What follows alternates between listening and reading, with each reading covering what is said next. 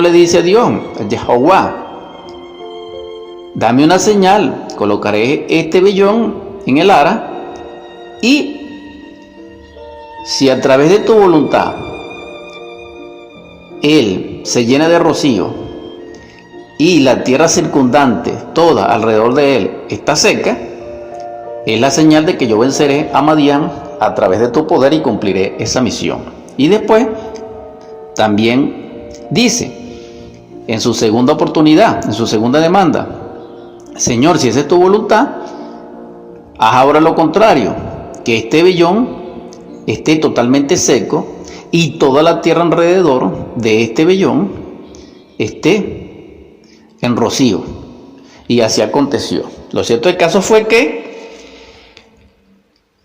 Gedeón venció con 300 guerreros a Madián. Y esto es algo interesante, porque esto nos recuerda y nos enlaza también con la mitología griega, tanto con el vellocino de oro de Jasón y los argonautas, como de Leonidas y sus 300 guerreros contra el rey del Asia. Son paralelas distintas, pero tienen un contenido, dijéramos, común. El contenido común es totalmente numérico, cabalístico, es decir, a la luz de la matemática sagrada de la Biblia, matemática transfinita, donde aparece la cantidad 300, porque eso no es una casualidad que así sea, sino que es un principio formulativo de cómo las inteligencias directrices pueden lograr la liberación dentro de nosotros si hacemos nuestro deber, que es morir en sí mismo, que es niégate a ti mismo, toma tu cruz, que es transmutar el agua en vino, en las bodas de Canaán, a través del amor y del tálamo nupcial, que es el trabajo totalmente de cruz, y por último, amar a la humanidad a través de la prédica, del sacrificio, de la caridad, y de besar el látigo del verdugo, de lamentar a los pobres, etcétera, etcétera, etcétera. Lo cierto del caso es que este tema es extraordinario, porque vemos la correspondencia, la concatenación que existe, repito, entre varias culturas, unidos por el vellón y por el Cristo. Ahora vamos a analizar estos detalles. Lo importante es el aspecto antropológico dentro de nosotros de estos mitos bíblicos y de esta mitología cultural diversa. Diversa porque hablé del vellocino de oro en la plática anterior o en la edición anterior, y en este momento hablamos de la correspondencia de la Pascua judía, es decir, del Agnus Dei, y de Abraham y de Isaac. Pero el asunto no es totalmente externo, no, porque eso puede hacerlo cualquiera. El planteamiento que traigo a ustedes en esta edición de Superando Nuestros Límites es, como siempre, es el contenido, dijéramos, soteriológico salvador de este mito o de esta enseñanza que se encuentra, dijéramos, encriptada en jeroglíficos literarios como parábola. Aquí hay una formulación extraordinaria para lograr el despertar de la conciencia o la iluminación, es decir, experimentar lo real dentro de nosotros, y esa experiencia de lo real, que es beatitud, que es éxtasis, es un don del Espíritu Santo a través de la revelación y del espíritu de revelación. Es decir, la coparticipación de la expresión del Espíritu Santo dentro de nosotros. Y eso se realiza antropológicamente a través de la vivencia y experimentación de esas formulaciones, que es el caso que estoy hablando con el caso del vellón. Esto significa de que reflexionemos. ¿Por qué Gedeón en el capítulo 6 también se llama de repente Jerubbaal Es decir, en el verso 32, él se llama Jerubbaal, pero antes de ese verso se llama Gedeón. Es lo que deduzco inmediatamente aquí mirando sin leer Jueces 6, por el tiempo. Entonces, se llama Jerubbaal porque él ya había derribado el templo de Baal. Y al derribar ese templo se convierte en Jerubbaal, Señor, que destruye el templo de Baal. ¿Y quién era Baal?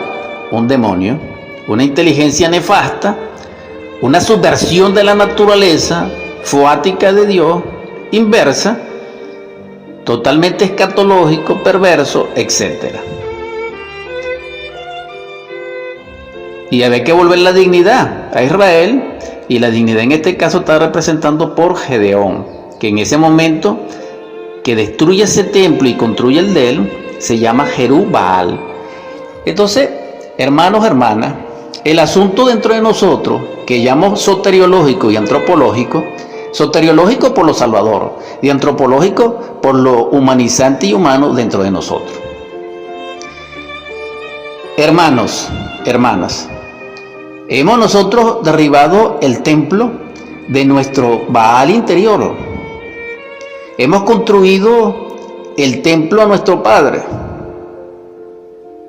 En este caso, la Jerusalén celestial, que es la propuesta del Nuevo Testamento a través del Apocalipsis. O el reino de Dios dentro de nosotros, que es la iglesia interna, el templo, a nuestro Cristo íntimo, cuando Él dice que derribará este templo y lo edificará en 3 días. Esto es maravilloso, esta reflexión, porque cada uno de nosotros tiene íntimamente en el mundo psicológico, en el espacio de la mente, de los sentimientos, de las emociones, de los instintos, de la motricidad, de las ensoñaciones, del infraconsciente, del inconsciente y del subconsciente, un Baal interior. Y este Baal interior se relaciona con el maltrato a los niños. Ese es uno de los aspectos, hermano. Vamos a ver, reflexionemos. ¿Quién de nosotros está libre de no haber maltratado a un niño? Me explico. A un hijo, a un sobrino, a un niño que se consiguió en el mercado, en la calle, en la ruta, o a un vecino que es un niño, o a una niña. Nosotros somos puros, nosotros somos infalibles. Entonces dentro de nosotros hay un Baal de determinada dimensionalidad, porque el maltrato a los niños tiene, dijéramos, niveles, y todo maltrato a un niño es una manifestación psicológica de Baal dentro de nosotros. Y ya esto es interesante desde el punto de vista psicológico. Entonces, señores, necesitamos dirigir nuestra conciencia y nuestras fuerzas crísticas contra las tinieblas que hay dentro de nosotros y que están constituidas por ese Baal que hay que destruir y por ese Madián que era el que tenía sometida en esos tiempos, según el contexto de Jueces 6, al pueblo de Israel, que es el pueblo de Dios, que es simbólico, porque yo no estoy hablando aquí de ningún Israel actual, ni el Israel antiguo, ni estoy hablando de una sociedad, no. Estoy hablando que Israel en este caso simboliza internamente desde el punto de vista antropológico y soteriológico, es decir, a la luz de lo salvador y de lo humanizante, simboliza todo ser que esté trabajando por la cristificación. Hecho esta aclaratoria, continúo. Entonces hay que hacer grandes trabajos dentro de nosotros, trabajos crísticos, trabajos espirituales dentro de nosotros. Pero ese trabajo necesitamos aportar nuestra voluntad, que es la clave del verso cuando Abraham ejerce la voluntad de Dios. Él escucha y ejerce la voluntad de Dios. Dios le dice: sacrifica a tu hijo Isaac, que es el más amado. Aunque aquí hay alguna aclaratoria. Los islamistas no están de acuerdo con esto. Los islamistas están de acuerdo con el párrafo descriptivo de lo sucedido, pero no el nombre de quien iba a ser sacrificado, porque para ellos el que iba a ser sacrificado era Ismael, porque el primogénito de Abraham es Ismael y no Isaac, según ellos allí y según se entiende intelectualmente del relato bíblico o del mito bíblico. Pero para no caer en detalle, porque no tenemos tiempo, vamos a dejar eso hasta ahí. Y de ahí es donde vienen las grandes diferencias y todo lo que está aconteciendo actualmente con el islamismo, dijéramos, extremo, y no digo el nombre exacto para que no sea malinterpretado, y la cuestión me causa un poco de gracia, discúlpenme, por lo serio del asunto, pues. En ese sentido es necesario, dijéramos, pedirle a nuestro Dios orientación, a nuestro Padre su bendición y a nuestro Cristo íntimo salvación. Estamos hablando en nombre de la verdad, haciendo luz en las tinieblas de la ignorancia, de lo que es la relación extraordinaria cultural, en su esencia salvadora, de la señal de el vellón. ¿Por qué? Porque está en juego la libertad. Porque él hace esa prueba es porque Jehová le ordena que libere del yugo de Madián, si así es el nombre del rey que estaba allí en ese contexto, si lo recuerdo bien, y tenía que derribar a Madián, ciertamente es Madián. Entonces la esencia del asunto de Jehová era totalmente liberadora, el propósito era liberador. Entonces vemos que la palabra libertad, liberador, nos conecta con Jesús el Cristo, que es nuestro libertador y nos da la libertad, y con el Jasón, que era el libertador de los argonautas. Porque ya hice el análisis respectivo de Jasón como vellocino de oro, que también es un vellón de las culturas griegas.